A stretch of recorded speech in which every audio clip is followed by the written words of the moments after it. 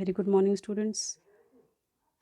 Let us start with our Standard 8's English Bridge course activity number 24.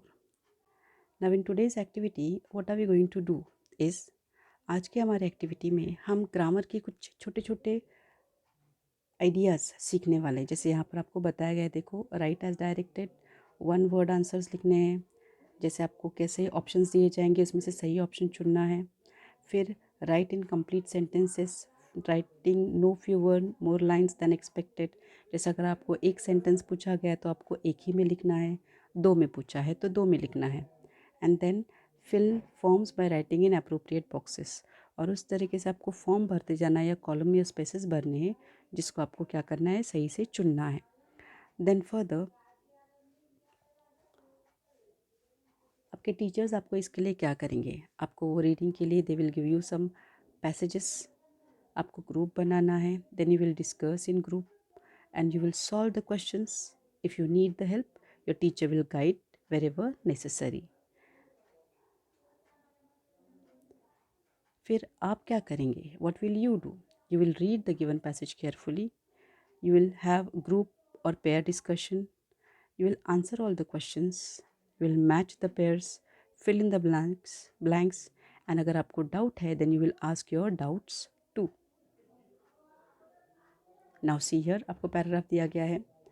Our ancestors had great difficulty in getting books. Now our difficulty is what to read. यानी हमारे जो बुज़ुर्ग हो चुके हैं उनको बहुत दिक्कत थी, बहुत डिफ़िकल्टीज थी बुक्स हासिल करने में। And now our difficulty is what to read. और हमारी डिफ़िकल्टी, हमारी मजबूरी ये है कि क्या पढ़े। Because there are books and books but our hours of reading are very few. क्योंकि हमारे पास किताबें ही किताबें हैं, लेकिन पढ़ने के लिए वक्त नहीं, बहुत कम है। So therefore choice becomes essential. इसके लिए हमको चॉइस करनी है कि हमको क्या पढ़ना है। We should be very careful about what we read. हमको बहुत ध्यान देना है कि हमको क्या पढ़ना है। There are books which poison our lives by suggesting evils. Yes, ऐसी भी कुछ किताबें रहती हैं जो पढ़ने से हमारी लाइफ में क्या होता है, जहर फैलता है, मतलब हमारी लाइफ ख़राब होती है। बिकॉज दे सजेस्ट एविल्स, वो बुरी बातें सिखाते हैं। We should keep them at arm's length. Arm's length यानी क्या, उनसे थोड़ा दूर ही रहना चाहिए। एक हाथ से, बोलते ना, 1 फीट की या 1 हाथ की दूरी रखनी है, बरतनी है। Next, we should read only those books which have stood in the test of time. फिर हमको भला कैसी किताबें पढ़नी चाहिए, हमको ऐसी किताबें पढ़नी चाहिए जो पुराने टाइम से अभी तक पढ़ी आ जा रही है और जिसको सब लोगों ने क्या किया है, मतलब माना है कि हाँ, ये किताबें पढ़ने के लिए सही है। Such books are great classics like Ramayana and Gita. जैसे कि हिंदू माइथोलॉजी के अकॉर्डिंग रामायण गीता, ये किताबें अच्छी क्लासिक्स है बिकॉज वो आपको अच्छी बातें सिखाती है। They contain the wisdom of sages and cents. उन किताबों में संत महात्मा जो हो के गए, राइट, उनके विजडम के बारे में, उनकी इंटेलिजेंस, उनके बारे में दिया गया है। They have appealed mankind from generation to generation. और उन्होंने, इन किताबों ने बोलो या उन संतों की जो कहावतें हैं, जो उनकी सीख है, उन्होंने अनेक कई नस्लों को, जनरेशन्स को क्या किया है, सिखाया है। Reading of such books has ennobling influence on our mind and character. तो ऐसे किताबों को पढ़ना, इससे क्या हो गया है, हमारे दिमाग और हमारा जो कैरेक्टर है, हमारी जो सीरत है, वो क्या होती है, इनोबलिंग। यानी डेफिनेटली हमारे ऊपर उसका जो इन्फ्लुएंस है वो क्या है, इनोबलिंग, मतलब हमको एक अच्छी लाइफ बेहतर बनाना, ये उनका क्या है, इन किताबों की सीख है। It gives a spiritual enjoy. ये पढ़ने से हमको डेफिनेटली दीनी बातें, मतलब जो बोलते हैं ना, धार्मिक ऐसी बातें समझ में आती है। ऑल्सो हम उसको एन्जॉय करते हैं बिकॉज उसमें स्टोरीज रहती है। These books give us instruction with entertainment. तो ऐसी किताबें सिर्फ हमको एंटरटेन नहीं करती, मतलब सिर्फ हमारा टाइम पास नहीं करती, बल्कि हमको कई बातें सिखाती भी है। They represent our ancient culture. वो हमको हमारे पुराने कल्चर में लेके जाते हैं। They set before us high ideals to follow. हमारे सामने वो आदर्श, बोलते हैं ना, आदर्श रखते हैं, आइडियल रखते हैं कि यस, हमको ऐसा बनना है। And they are best friends, best guides and best treasure. क्योंकि यही किताबें हमारे क्या है, अच्छे बेस्ट फ्रेंड्स है, बेस्ट गाइड्स, हमारे सही रहनुमा है, हमारे गाइड है, एंड हमारे सही बेस्ट ट्रेजर। ट्रेजर यानी क्या, हमारी, बोलते हैं ना, रियल प्रॉपर्टी है। Okay, so this is what you have to do about your this paragraph. Reading करो वापस एक बार, समझ के लो इसके ऊपर क्वेश्चन आंसर्स क्या है देखें. Shall we read it again then? Before that, let us read. Our ancestors had great difficulty in getting books. Now, our difficulty is what to read. There are books and books, but our hours of reading are very few. Therefore, choice becomes essential. We should be very grateful or careful, about what we read. There are books which poison our lives by suggesting evils. We should keep them at arm's length. We should read only those books which have stood the test of time. Such books are our great classics like the Ramayana and the Gita. They contain the wisdom of our sages and saints. They have appealed mankind from generation to generation. Reading of such books has ennobling influence on our mind and character. It gives us spiritual enjoyment.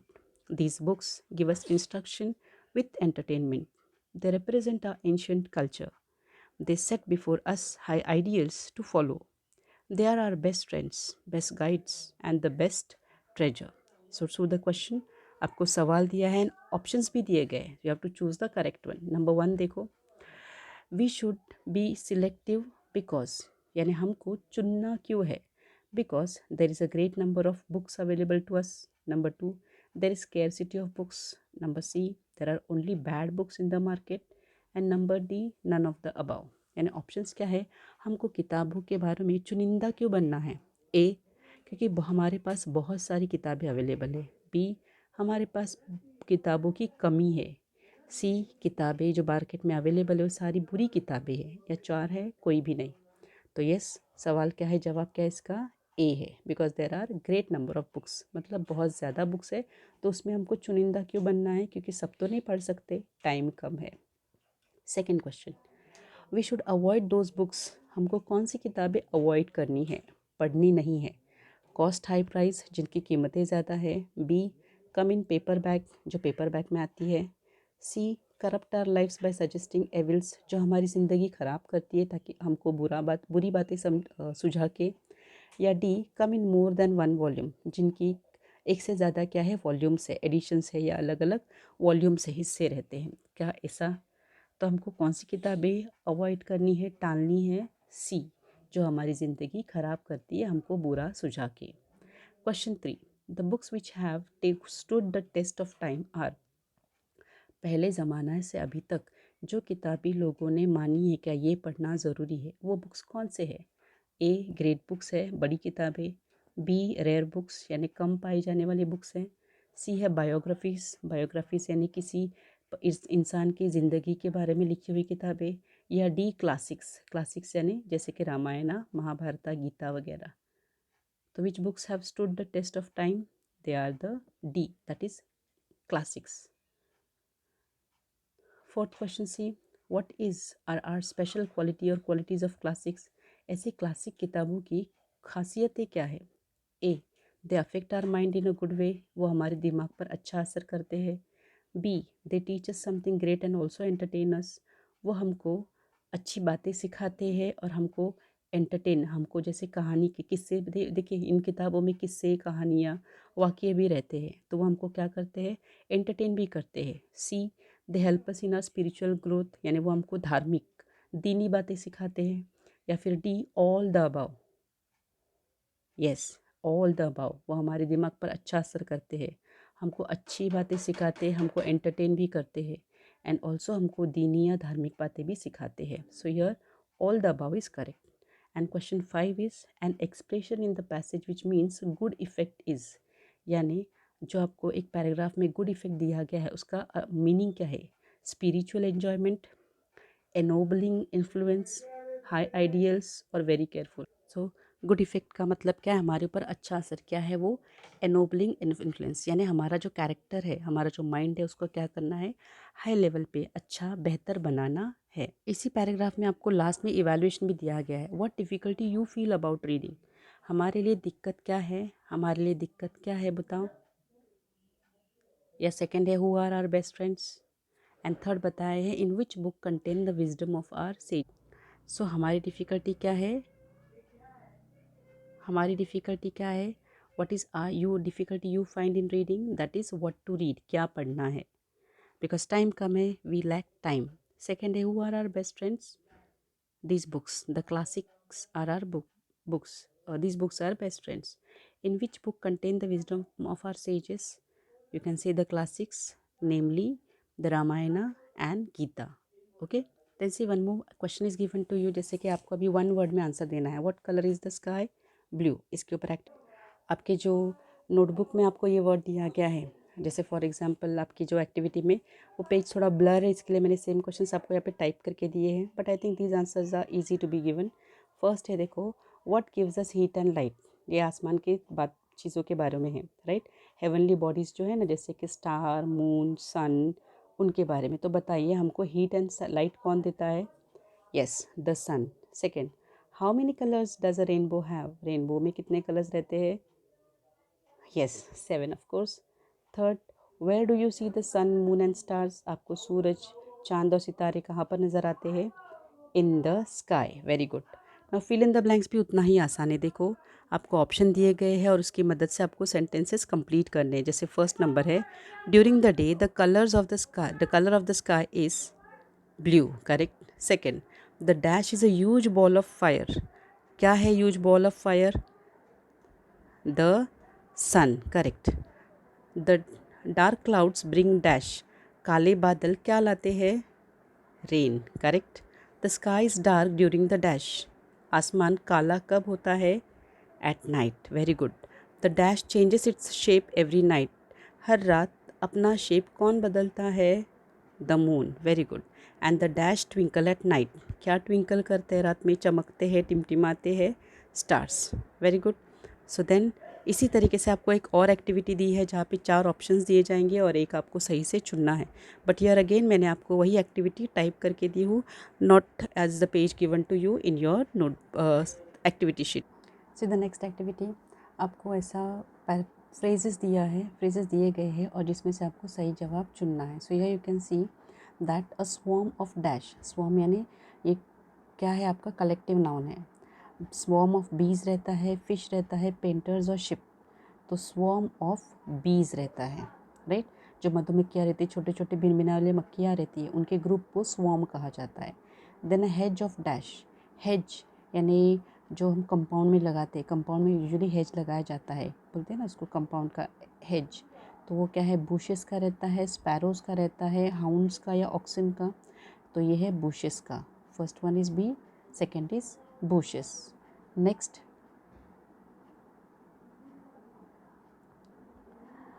a fleet of dash. किसके झुंड को fleet कहा जाता है? Ship के, birds के, dog के या बीज के? तो here it is ships.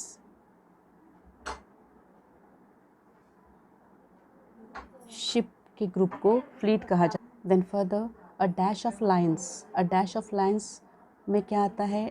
Group. Lions का, शेर के ग्रुप को क्या कहा जाता है? प्राइड, फ्लाइट, हर्ड और कैच.